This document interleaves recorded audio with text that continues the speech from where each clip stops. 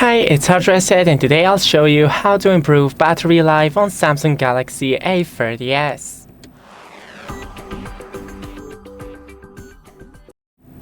So first, open Settings, scroll into the battery, wait for it to load, and here you can optimize your battery. When you scroll down to Software Update, you can install the update right here.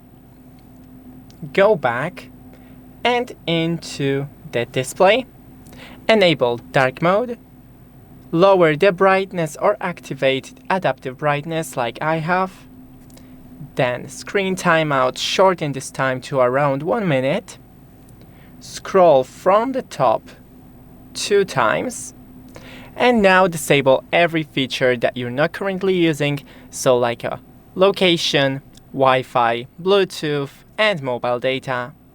Thanks for watching, don't forget to leave a like and see you in the next one.